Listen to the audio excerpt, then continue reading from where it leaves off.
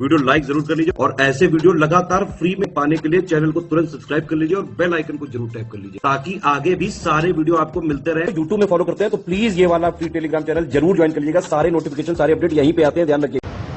नमस्कार, मैं Shivangi Singh study for civil services में आप सभी का बहुत बहुत स्वागत करती हूँ। हम आ गए हैं हमारे GS 6 के पॉइंट नंबर 8 पे। हिंदी माध्यम का हमारा ये वीडियो हिंदी में लिखा हुआ और आम बोलचाल की भाषा में समझाया गया। उत्तर प्रदेश में कृषि का व्यवसायीकरण, कमर्शलाइजेशन ऑफ एग्रीकल्चर, कृषि उत्पादन, उससे जुड़ी सभी समस्याएं और ये सारी चीजें हम इस एक टॉपिक में कवर करेंगे। इसके अलावा जो लोग भी हमारे पेड कोर्सेज ज्वाइन करने में इंटरेस्टेड हैं वो नीचे दिए गए नंबर्स पे कॉल या व्हाट्सएप कर सकते हैं। डिस्क्रिप्शन बॉक्स चेक कर सकते हैं आप अधिक जानकारी के लिए। निबंध लेखन का हमारा मेंस का ग्रुप 2023 के लिए, मेंस का पूरा स्टडी मटेरियल का ग्रुप, या फिर टेस्ट सीरीज जिसमें आपको मॉडल आंसर्स, पूरा फीडबैक, कंप्लीट आंसर राइटिंग सब कुछ बहुत अच्छे से कराई जाती है। इसके अलावा आप हमारा UPPCS 2024 का शुरुआत से सिलेक्शन तक की तैयारी वाला पेड ग्रुप भी ज्वाइन कर सकते हैं। उसमें आपको सब कुछ दिया जाएगा, मतलब सिर्फ वो पढ़ के फिर आपको कहीं से कुछ भी नहीं पढ़ना है, शुरू से लेके आखिर तक। तो फिलहाल के लिए हम हमारा GS 6 पॉइंट नंबर 8 देखेंगे। कीवर्ड्स लिखते रहिए, चीजें रिवाइज करते रहिए। पेपर अब जैसे जैसे नजदीक आता जाएगा और भी बहुत सारी चीजें पढ़नी होती हैं, सिर्फ एक GS का सब्जेक्ट नहीं होता पढ़ने के लिए। उसके लिए बहुत जरूरी है कि रिविजन जो है वो इतना इफेक्टिव और बहुत ही अच्छा अभ्यास कीजिए उत्तर लेखन का। किसी भी सेगमेंट को इग्नोर मत कीजिए, अब वो वाला टाइम आ गया है। तो शुरुआत कर रहे हैं हम हमारे लेक्चर की। बहुत बहुत शुरू कर रहे हैं GS 6 का पॉइंट नंबर 8 हिंदी माध्यम का वीडियो है हमारा। उत्तर प्रदेश में कृषि का व्यवसायीकरण एवं कृषि उत्पादन, कमर्शलाइजेशन ऑफ एग्रीकल्चर की बात करेंगे हम, और कैसा एग्रीकल्चर प्रोडक्शन है उत्तर प्रदेश में इसकी बात करेंगे। सबसे पहले तो थोड़ा सा आप ये देखिए कि भारत में, बात सिर्फ उत्तर प्रदेश की नहीं है, भारत में कृषि का व्यवसायीकरण शुरू कब हुआ, कैसे हुआ, मतलब क्या है। देखिए, आप ध्यान दीजिएगा कि हम पहले करते थे निर्वाह कृषि जिसको कहते हैं, सबसिस्टेंस एग्रीकल्चर, ठीक है। इसमें क्या होता था, गुजर बसर के लिए आपने चीजें उगाई और अपना इस्तेमाल कर ली, पर्सनल कंजम्पशन के लिए, मतलब खेती जो है वो होती थी। इससे शिफ्ट होता कैसे चला गया कि कृषि का व्यवसायीकरण हो गया।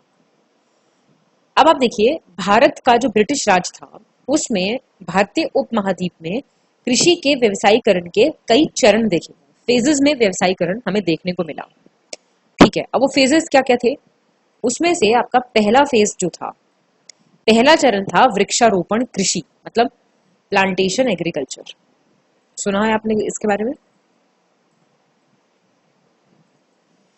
अब ये हुआ बंगाल के उत्तरी जिलों में, जिसमें होता था चाय का उत्पादन, चाय एक प्लांटेशन क्रॉप है। फिर दूसरा था, वो था आपका जूट एग्रीकल्चर, या फिर इसको आप कह सकते हैं निर्वाह व्यवसायीकरण, सबसिस्टेंस कमर्शलाइजेशन हो गया। ध्यान दीजिएगा, मतलब भारत की अर्थव्यवस्था में और ज्यादा गिरावट इससे आएगी। और फिर रहा आपका, अब जब हमने चीजें पढ़ी देखी तो हमें पता चलता है कि इस तरीके से धीरे धीरे व्यवसायीकरण जो है वो बढ़ता चला गया, ठीक है। और व्यवसायीकरण की शुरुआत होती है 19वीं सदी के बाद। अब इंग्लैंड में हुई औद्योगिक क्रांति माफ कीजिएगा, एक्सक्यूज मी। तो इंग्लैंड में हुई औद्योगिक क्रांति, इंडस्ट्रियल रेवोल्यूशन, उसकी वजह से यहाँ पे शुरू हुआ ये व्यवसायीकरण, ठीक है। तो हमने पूरा देखा कि वाणिज्यिक जो शब्द का प्रयोग है वो विपणन और वाणिज्य के क्षेत्र में सबसे ज्यादा किया जाएगा। व्यवसायीकरण का शब्द का अर्थ क्या हो गया, बाजारों में बिल्कुल नए उत्पाद या सेवाओं को ज्यादा अच्छे ढंग से पेश करने की प्रक्रिया, यही तो कहलाएगा कमर्शलाइजेशन। अच्छे पैकेट्स में, अच्छे ब्रांड्स में, है ना, यही तो होता है आजकल। तो ऐसे में ग्राहकों को आकर्षित करना और इस तरह बिक्री जो है वो बड़े पैमाने पे बढ़ाना। तो ये जो पहलू था ये काफी हद तक उसी के समान था जब ये अवधारणा ब्रिटिश व्यापारिक वर्ग की शुरुआत के साथ ब्रिटिश भारत में ईस्ट इंडिया कंपनी इसको लेके आया। इस तरीके से ये हुआ पूरा शुरू। ठीक है, तो धीरे धीरे धीरे धीरे व्यवसायीकरण और ज्यादा होता चला गया। अच्छा, अब क्या होता है, अब हम बात करते हैं कि ब्रिटिश भारत में कृषि का व्यवसायीकरण कैसे हुआ। तो ब्रिटिश भारत के संदर्भ में हम ये जो प्रयोग यूज कर रहे हैं, व्यवसाय जो हम प्रयोग कर रहे हैं शब्द का व्यवसायीकरण का, ये काफी महत्वपूर्ण हो जाता है। कृषि के व्यवसायीकरण की जो धारणा थी वो संभव क्यों हुई? क्योंकि अंग्रेजों ने ये मान लिया कि भारत के जो उत्तरी मैदानी क्षेत्र हैं उनकी प्रकृति काफी उपजाऊ है, फर्टाइल लैंड है हमारा नॉर्थ वाला। इसके अलावा अगर इसका कमर्शलाइजेशन किया जाए तो जाहिर सी बात है, ये तो क्रूर थे शासक, बहुत ज्यादा एक्सप्लॉयटेटिव थी इनकी नेचर, इनको सिर्फ अपना फायदा दिखता था। इन्होंने शुरू करा आपका बड़े पैमाने पे, इनको लाभ हो सकता है, बस जहां इनको लाभ हो जाएगा वहां ये शुरू लग जाते हैं काम में। इस तरीके से ये सारी चीजें हुई। अच्छा, इन्होंने क्यों सपोर्ट कैसे करा?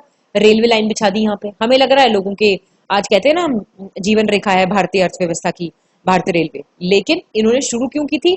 जिससे और अच्छे से ट्रांसपोर्ट सब कुछ हो सके। इन्होंने अपने फायदे के लिए सारी चीजें शुरू की थी। तो कृषि में व्यवसायीकरण से मैं आपसे कहूं क्या तात्पर्य समझते हैं आप, तो क्या कहेंगे आप कि व्यवसायीकरण का अर्थ है उत्पादन कृषि को ग्राहकों के लिए बिक्री के उत्पादन में क्रमिक परिवर्तन करना। मतलब कि पहले भारत में किसान केवल अपने उपभोग के लिए फसल पैदा कर रहे हैं, अपने गुजर बसर के लिए कर रहे हैं, लेकिन अंग्रेजों ने इन्हें दूसरों के लिए उत्पादन कराने के लिए मजबूर किया, और वो भी इतनी बुरी तरीके से मजबूर किया। अंग्रेजों ने कृत्रिम प्रक्रियाओं के साथ फसलें उगाने के तरीके शामिल करे। अपने लाभ को ज्यादा से ज्यादा करने के लिए ज्यादातर जितने भारतीय किसान थे उसका उन्होंने प्रेरित किया कि आप इसका पालन करो। और इसी के साथ साथ ये जन्म हुआ था जमींदार वर्ग का। जो जो बेचारे फार्मर्स थे उन पे बहुत ज्यादा टैक्स असल में बहुत ज्यादा लगाए गए। उनको पूरा करने के लिए उनको ज्यादा से ज्यादा फसल उगानी पड़ती थी। ठीक है, तो कारण क्या देखे गए आप में? आपसे मैं पूछूं कारण क्या है? आप समझ पा रहे हैं ना सारी चीजें जितनी मैं आपको बता रही हूँ? अब हमने कारण देखे तो कारण क्या है? बहुत से रीजंस हैं जिनके कारण जो है व्यवसायीकरण शुरू हुआ था। पहला कारण तो यही है कि अगर मैं आपसे कहूं कि सबसे पहला कारण क्या है कि ब्रिटिश द्वारा औपनिवेशिक शासन की व्यापकता के कारण पराधीनता थी। तो ये देखा जा रहा था कि व्यवसायीकरण को शामिल कर लिया गया तो भारत जो है वो कच्चे माल का रॉ मटेरियल यहाँ पे बहुत मिलता था, जो जाता था हर जगह, तो कच्चे माल का बड़ा उत्पादक बन जाएगा। तंबाकू है, कपास है, चाय है, जूट है, ये सारे के सारे जितने रॉ मटेरियल थे इसकी बहुत ही हाई डिमांड होती थी लंदन में, इंग्लैंड में। तो इस हिसाब से जो था एक्सक्यूज मी, व्यवसायीकरण जो है वो शुरू हुआ।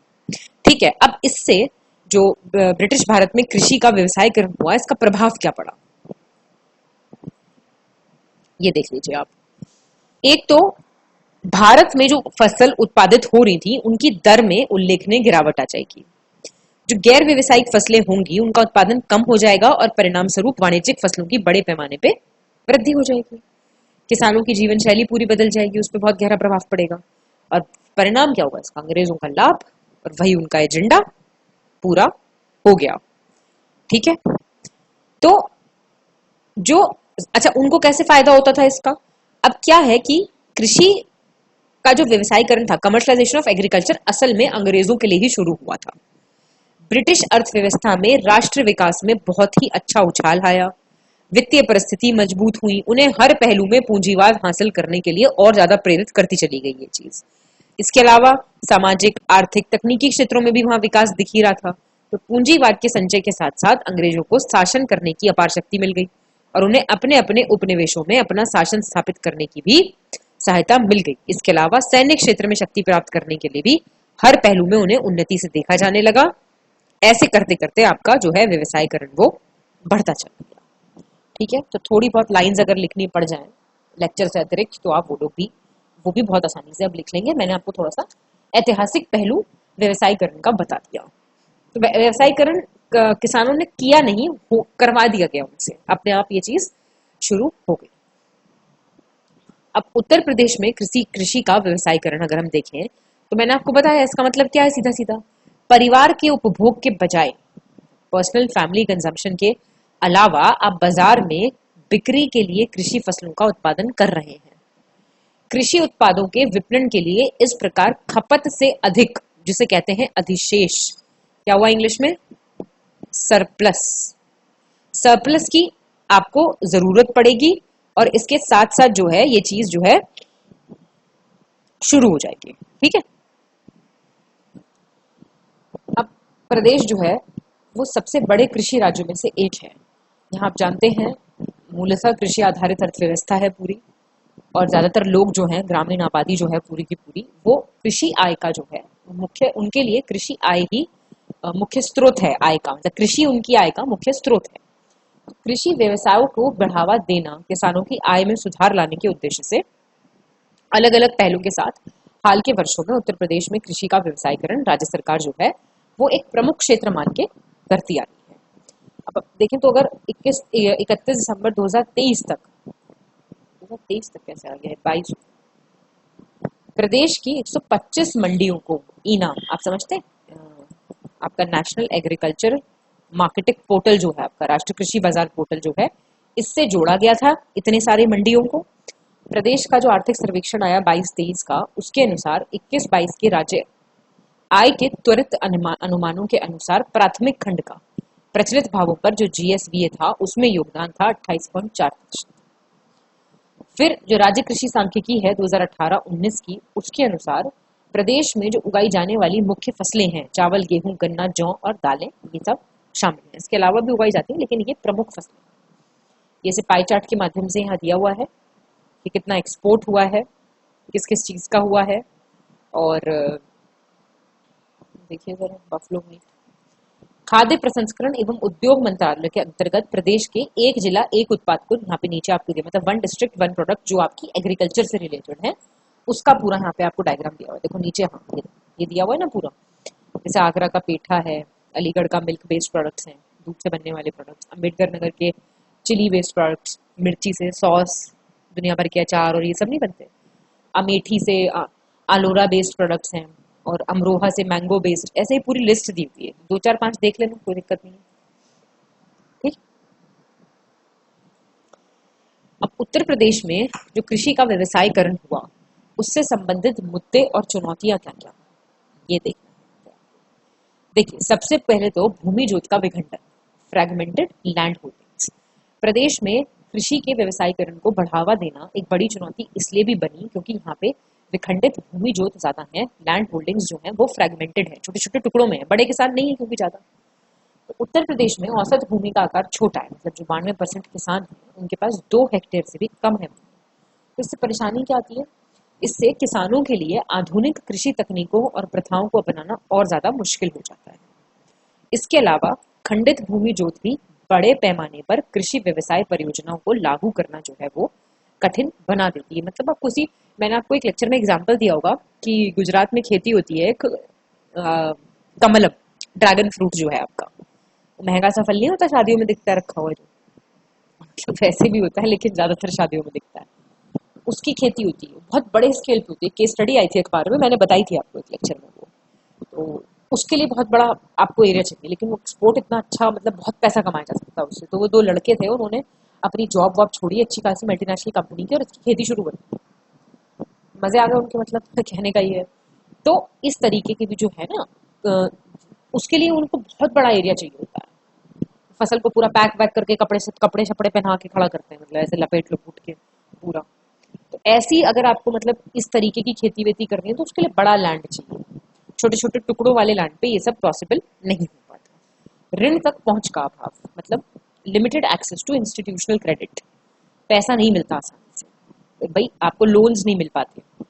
ज्यादातर जो छोटे और सीमांत किसान हैं, स्मॉल और मार्जिनल फार्मर्स, उनको इंस्टीट्यूशनल क्रेडिट, जो संस्थागत ऋण जिसको कहते हैं, उस तक उनकी पहुंच ही नहीं है, जिससे उनके लिए जो मॉडर्न एग्रीकल्चरल प्रैक्टिसेस हैं, आधुनिक कृषि तकनीक आप जिसको कहेंगे, और उपकरण, उसमें वो इन्वेस्ट नहीं कर सकते, उसमें निवेश करना उनके लिए बहुत ही मुश्किल हो जाता है। फिर है पारंपरिक फसलों पर निर्भरता, ट्रेडिशनल क्रॉप्स यहाँ पे ज्यादा उगाई जाती है।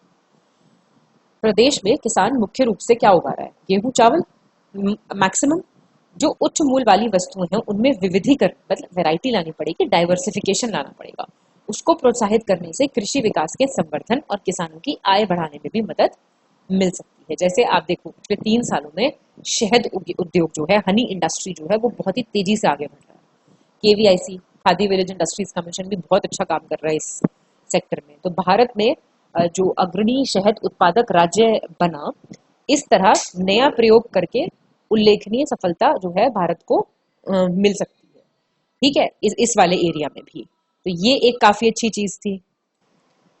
तो भारत में अग्रणी शहद उत्पादक राज्य जो है, मतलब लार्जेस्ट प्रोड्यूसर ऑफ हनी है, तो ये इस तरीके का जो नया प्रयोग करके काफी अच्छी कमेंडेबल सक्सेस मिली। अपर्याप्त कृषि बुनियादी संरचना, तो मैंने आपको बताया था इंफ्रास्ट्रक्चर का मेन प्रॉब्लम है यहाँ पे। जबकि राज्य सरकार ने कृषि बुनियादी संरचना को विकसित करने के प्रयास जरूर किए हैं, लेकिन अभी रास्ता बहुत लंबा है। सड़क, परिवहन सुविधाएं, भंडारण सुविधाएं, स्टोरेज भी तो चाहिए ना इन सब चीजों का। ऐसी अपर्याप्त बुनियादी ढांचे के कारण किसानों को अपनी उपज का परिवहन और सुरक्षित रूप से भंडारण करना जो है वो मुश्किल उनके लिए काफी हो जाता है। बाजार से जुड़ाव का अभाव। अब प्रदेश में जो ज्यादातर किसान हैं वो अपनी उपज के लिए स्थानीय बाजारों पर निर्भर है, लोकल मार्केट जाएंगे बस। हालांकि बाजार से जुड़ाव की जो कमी है, इससे बड़े किसानों के लिए बड़े और अधिक आकर्षक बाजार तक पहुंचना काफी मुश्किल हो जाता है। इसके अलावा बाजार की मांग, मतलब क्या सप्लाई डिमांड चल रहा है, क्या, इसकी जानकारी और ज्ञान भी उन्हें नहीं मिल पाता, अवेयरनेस नहीं है। मॉनसून पे ज्यादा निर्भरता है फसलों की, मॉनसून डिपेंडेंट है। उत्तर प्रदेश कृषि जो है वो ज्यादातर मॉनसून पे निर्भर है, जो इसे फसल की विफलता और अनियमित वर्षों के मामले में उत्पादन के नुकसान के प्रति संवेदनशील बनाता है। मतलब ज्यादा वनरेबल हो जाती है ना क्रॉप्स, एकदम से बारिश पड़ गई, एकदम से कुछ प्रॉब्लम हो गई, तो इससे उसका ऊपर बहुत ज्यादा फर्क पड़ता है। कुछ सरकारी नीतियों का निकृष्ट कार्यान्वयन। प्रदेश में कृषि का जो व्यवसायीकरण है उसको बढ़ावा देने के उद्देश्य से की गई विभिन्न पहलें और नीतियों के बावजूद भी इम्प्लीमेंटेशन और एग्जीक्यूशन के बहुत ज्यादा मुद्दे हैं, कार्यान्वयन के और निष्पादन के। इसमें भूमि को पट्टे पर देने, ठेके पर कृषि करने, किसान उत्पादक संगठन से संबंधित नीतियों के कार्यान्वयन से जुड़े मुद्दे भी शामिल। अब अगर आप देखें एपीएमसी अधिनियम आया था 2003 का, बहुत लोगों को पता होगा इसके बारे में, एग्रीकल्चर प्रोड्यूस मार्केटिंग एक्ट। अब इसको ज्यादा समग्र, ज्यादा व्यापक और किसानों के अनुकूल बनाने के लिए, फार्मर फ्रेंडली बनाने के लिए नीति आयोग और राज्यों के परामर्श से विपणन प्रभाग था, उसने मॉडल अधिनियम, द स्टेट यूटी कृषि उपज और पशुधन विपणन संवर्धन और सुविधा अधिनियम 2017 तैयार किया और अप्रैल 2017 में जारी किया, जिसे लोकप्रिय रूप से मॉडल एपीएलएम एक्ट बोला गया। अब जो ये मॉडल एपीएलएम अधिनियम है 2017 का, इसका मूल उद्देश्य क्या है? कृषकों और पशुपालकों को अपनी उपज, आपका लाइवस्टॉक पशुधन और इसके उत्पाद को अच्छा दाम देकर देने वाले खरीदारों को विक्रय करने और विक्रय के माध्यम से के संबंध में पूर्ण स्वतंत्रता प्रदान करना। अभी तक यहाँ बहुत से स्टेट्स ने लागू कर भी लिया है। अरुणाचल प्रदेश, आपका असम, गोवा, गुजरात, कर्नाटक, मणिपुर, मेघालय, त्रिपुरा और उत्तराखंड आदि राज्यों ने मॉडल एपीएलएम अधिनियम 2017 को पूरी तरह से अपनाया है। महाराष्ट्र, नागालैंड, तमिलनाडु और उत्तर प्रदेश राज्यों ने भी इसको अपनाया है, लेकिन आंशिक रूप से। ठीक है। अब उत्तर प्रदेश में कृषि के जो व्यवसायीकरण को बढ़ावा देने के लिए राज्य सरकार ने क्या क्या पहले की, ये देखिए। सबसे पहले आता है किसान उत्पादक संगठन, एफपीओ, फार्मर प्रोड्यूसर्स ऑर्गेनाइजेशन का गठन। राज्य सरकार ने एफपीओ के गठन को बढ़ावा देने के लिए जो किसानों का समूह है, जो सामूहिक रूप से अपनी उपज का विपणन करने, ऋण प्राप्त करने और अपनी सौदेबाजी की शक्ति में सुधार करने के लिए काम करते हैं। राज्य ने हाल के वर्षों में किसान उत्पादक संगठन एफपीओ की संख्या में भी वृद्धि देखी है। मार्च 2022 तक उत्तर प्रदेश में 473 एफपीओ जो है वो रजिस्टर्ड थे, पंजीकृत थे। कृषि बुनियादी संरचना का विकास एक और अच्छी चीज है, जो इंफ्रास्ट्रक्चर है उसका डेवलपमेंट करना। तो राज्य सरकार ने कृषि बुनियादी संरचना, अब आपका कोल्ड स्टोरेज, गोदाम, प्रसंस्करण सुविधाएं, इन सबके विकास में भी अच्छा खासा निवेश किया है, जो फसल के बाद के नुकसान को कम करने और उपज की गुणवत्ता में सुधार करने में मदद करता है। प्रदेश की चयनित 27 नवीन मंडी स्थलों के आधुनिकीकरण योजना अंतर्गत 26 नवीन मंडी स्थलों का आधुनिकीकरण करा गया, मॉडर्नाइज कर दी मंडी, तो ज्यादातर सारी कर दी, एक आधी तो बची।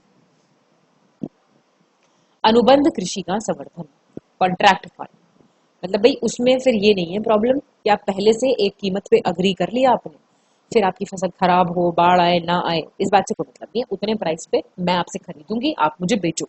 सेम अगर मैंने और आपने कॉन्ट्रैक्ट फार्म में साइन कर रखी है किसी चीज से संबंधित। तो राज्य सरकार ने अनुबंध कृषि को प्रोत्साहित किया है काफी, जिसमें किसान और खरीदार के बीच पूर्व सहमत मूल्य और उपज की मात्रा जो है, क्वांटिटी भी शामिल हुई कि भाई इतना ले लोगे तुम हमसे।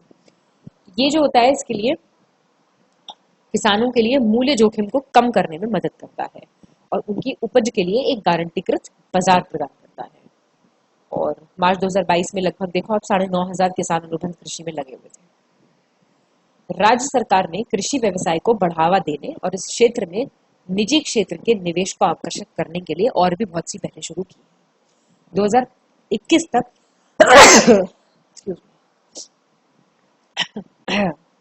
कृषि और खाद्य प्रसंस्करण क्षेत्र में विभिन्न कंपनियों के साथ राज्य ने ऐसे मतलब काफी एमओयूज भी साइन किए हैं, समझौते ज्ञापनों पर भी हस्ताक्षर किए हैं। ये आप ये छोड़ भी सकते हैं चाहे तो, कितना हजार क्या है याद नहीं रहता कई बार। कृषि उद्यमिता के लिए सहायता, ये एक बहुत इंपॉर्टेंट चीज है। राज्य सरकार ने कृषि उद्यमिता का समर्थन करने के लिए बहुत सी योजनाएं और पहलों की शुरुआत की है। मतलब आपको फाइनेंशियल हेल्प देंगे, प्रशिक्षण देंगे, कैपेसिटी बिल्डिंग करेंगे आपकी। उदाहरण, दूध उत्पादकों को दुग्ध सहकारी समितियों के माध्यम से गांव में उचित मूल्य पर दूध बेचने की सुविधा प्रदान करने के लिए एक नंद बाबा दुग्ध मिशन लागू किया है। इसको आप लिख सकते हैं, है ना। मूल्यवर्धन को प्रोत्साहन, वैल्यू एडिशन कीजिए, कहने का ये मतलब है यहाँ पे, है ना। इसमें राज्य सरकार क्या कर रही है, किसानों को मूल्यवर्धन गतिविधियां जैसे प्रसंस्करण, प्रोसेसिंग, पैकेजिंग, उनकी वही ब्रांडिंग, पतंजलि घी बन गया पतंजलि का, संलग्न होने के लिए भी प्रोत्साहित किया है, जो बाजार में उच्च मूल्य प्राप्त कर सकते हैं। जैसे ब्रांड है एक मधु मंत्र, सहारनपुर का है, और मल्टीफ्लोरा करके ये मल्टीफ्लोरा शहद निकालता है। 2022 में इसको लॉन्च किया। ब्रांड मधुर मिठास नाम से गुड़ पाउडर मार्केट में उतारा गया था। गुड़ पाउडर, जैगरी पाउडर की बात हो रही है यहाँ पे, ये शक्कर है, एक्चुअली गुड़ पाउडर नहीं, तो गुड़ को चूरा नहीं किया हुआ है, शक्कर अलग चीज होती है और जैगरी अलग चीज होती है। इसे उत्तर प्रदेश के मुजफ्फरनगर जिले के ओडीओपी के अंतर्गत विशेष रूप से विकसित किया गया। मधुर मिठास उत्पाद रसायन विहीन स्वीटनर है। आप जानते होंगे इधर के बेल्ट के लोग तो शक्कर बहुत यूज करते हैं, और चीनी की तुलना में ये काफी हेल्पफुल होता है, स्वादिष्ट बहुत होता है और लाभकारी तो है ही है। ठीक है। मुख्यमंत्री कृषक दुर्घटना कल्याण योजना, ये किसानों के लिए एक बीमा योजना है। जो खेत पे कामकाज करते समय आकस्मिक मृत्यु हो गई, कोई विकलांगता हो गई, उसमें ये वित्तीय सहायता आपको प्रदान करता है। ठीक है। यह योजना राज्य सरकार राज्य के सभी किसानों को कवर करती है और इसका उद्देश्य क्या है, दुर्घटना की स्थिति में उन्हें कुछ वित्तीय सुरक्षा प्रदान करना। ठीक है। तो इसमें काफी सारे लोगों को धनराशि भी वितरित की गई थी। 135 कृषकों को ये धनराशि लिखी हुई है, आप एग्जाम्पल के तौर पर इसको लिख सकते हैं। उत्तर प्रदेश किसान कल्याण मिशन, यह 2022 तक किसानों की आय को दोगुना करने के लिए उत्तर प्रदेश सरकार ने शुरू किया एक मिशन। और इस मिशन में किसानों को ज्यादातर जो मॉडर्न टेक्नोलॉजीज हैं, आधुनिक कृषि तकनीक है, उन तक पहुंच प्रदान करना, सिंचाई सुविधाओं में सुधार, कृषि उद्यमिता को बढ़ावा देना, इस सब पे पूरा अपना फोकस करता है। प्रधानमंत्री फसल बीमा योजना, ये जो है ये केंद्र सरकार द्वारा शुरू की गई एक, आप जानते हैं सेंट्रल की स्कीम है। ये फसल बीमा योजना है। इसमें आप नेचुरल डिजास्टर, प्राकृतिक आपदाएं, कीट, पेस्ट या फिर डिजीजेस, बीमारियों के कारण फसल खराब होने की स्थिति में किसानों को बीमा कवरेज प्रदान करेगी। इस योजना में राज्य के सभी किसानों को शामिल किया गया है और इसका उद्देश्य फसल खराब होने की स्थिति में कुछ वित्तीय सुरक्षा प्रदान करना। केंद्र सरकार को पीएम किसान सम्मान निधि का उत्कृष्ट कार्यान्वयन, 2,63,00,000 किसान परिवारों को मिला पीएम किसान सम्मान निधि योजना का लाभ दिया जा चुका है। केंद्र की इस योजना के अंतर्गत 3 किस्तों में सालाना 6,000 किसानों को ये मुहैया कराया जाता है। ये लिख सकते हैं। इन पहलों ने उत्तर प्रदेश में कृषि के व्यवसायीकरण को बढ़ावा देने में मदद की है और किसानों की आय में काफी सुधार किया है। हालांकि अभी भी इसमें और विकास की गुंजाइश है। राज्य सरकार कृषि व्यवसाय को बढ़ावा देने और राज्य में समग्र कृषि पारिस्थितिकी तंत्र में सुधार करने पर ध्यान केंद्रित कर रही है। ठीक है। अब आता है उत्तर प्रदेश में कृषि के व्यवसायीकरण को बढ़ावा देने के लिए सुझाव क्या है, क्या सजेशंस। अवसरचनात्मक निवेश में वृद्धि, भाई अगर आप कृषि क्षेत्र को विकास करना चाहते हैं तो उसके लिए सड़क, भंडारण सुविधाएं, कोल्ड चेन, जो कोल्ड स्टोरेज होती है, ऐसी जो बुनियादी संरचना है उसमें ज्यादा से ज्यादा निवेश होना चाहिए। इससे क्या होगा, किसानों को अपनी उपज बाजार तक पहुंचाने, सुरक्षित रूप से स्टोर करने में मदद मिलेगी। बाजार लिंकेज का काफी संवर्धन करना यहाँ पे जरूरी है। किसानों की अपनी जो किसान है उनको अपनी आय बढ़ाने के लिए बड़े और ज्यादा आकर्षक बाजारों तक पहुंच की आवश्यकता है। सरकार कृषि विपणन अवसंरचना की स्थापना करके और किसानों को बाजार की जानकारी प्रदान करके बाजार संबंधों को बढ़ावा दे सकती है। अनुबंध कृषि को प्रोत्साहित किया जाए। अनुबंध कृषि जो है वो कृषि में निजी क्षेत्र के निवेश को जो है आकर्षित करता है। उसका एक प्रभावी तरीका है। सरकार अनुबंधों पर बातचीत करने और ये सुनिश्चित करने में किसानों को सहायता प्रदान कर सकती है जो उनके हितों की रक्षा की जाती है। ऋण तक पहुंच और बढ़ाई जाए। किसानों को आधुनिक कृषि तकनीकों और उपकरणों में निवेश करने के लिए ऋण तक पहुंच आवश्यक है। सरकार किसानों को आसान और सस्ता ऋण प्रदान करके वित्तीय समावेशन को भी बढ़ा सकती है, फाइनेंशियल इंक्लूजन को बढ़ावा दे सकती है। प्रौद्योगिकी को और बढ़ावा देना ये भी इम्पोर्टेंट है। आधुनिक कृषि तकनीक और प्रौद्योगिकी के उपयोग से किसानों की उत्पादकता और आय में काफी वृद्धि हो सकती है। सरकारी नीतियों में सुधार होना चाहिए, है ना। एक सक्षम वातावरण बने, निजी क्षेत्र का निवेश आकर्षित हो, ऐसे ऐसे मुद्दों पर भी सरकार ध्यान दे सकती है। भूमि जोत विखंडन के मुद्दे का समाधान। इसमें विखंडित जो भूमि जोत है वो आधुनिक कृषि तकनीकों को अपनाने में उनमें दिक्कत होती है, तो सरकार भूमि समेकन को भी बढ़ावा दे सकती है, लैंड कंसोलिडेशन, और भूमि को पट्टे पर देने और किराए पर देने से में किसानों को सहायता प्रदान कर सकती है। जलवायु परिवर्तन, क्लाइमेट चेंज का जो इशू है उस मुद्दे का भी समाधान करना चाहिए। जलवायु परिवर्तन और वर्षा पैटर्न पर इसके प्रभाव का उत्तर प्रदेश में कृषि पर महत्वपूर्ण प्रभाव पड़ सकता है। सरकार को कृषि पर जलवायु परिवर्तन के प्रभाव को दूर करने और जलवायु स्मार्ट कृषि, क्लाइमेट स्मार्ट एग्रीकल्चर की बात हो रही है यहाँ पे, ऐसी प्रैक्टिसेस को बढ़ावा देने के लिए एक स्ट्रैटेजी जो है वो बनानी बहुत जरूरी है। इन उपायों को लागू करके उत्तर प्रदेश कृषि के व्यवसायीकरण को बढ़ावा दे सकता है और किसानों की आय और आजीविका में सुधार कर सकता है। अब उत्तर प्रदेश में कृषि फसलों के उत्पादन से संबंधित कुछ आंकड़े और मुद्दे दिए हुए हैं, ये देख लीजिए आप। देखिए, तो कुछ फसलें दी हुई हैं और उनके उत्पादन में क्या दिक्कतें या क्या है वो। सबसे पहले तो आपका आता है राइस, चावल। पश्चिम बंगाल के बाद प्रदेश है भारत का दूसरा सबसे बड़ा उत्पादक।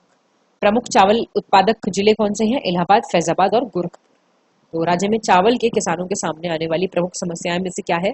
एक आधुनिक तकनीक और कृषि पद्धति तक पहुंच की कमी, जिसके कारण पैदावार कम होती है और खराब गुणवत्ता, क्वालिटी इतनी अच्छी नहीं होती फसल की। ठीक है।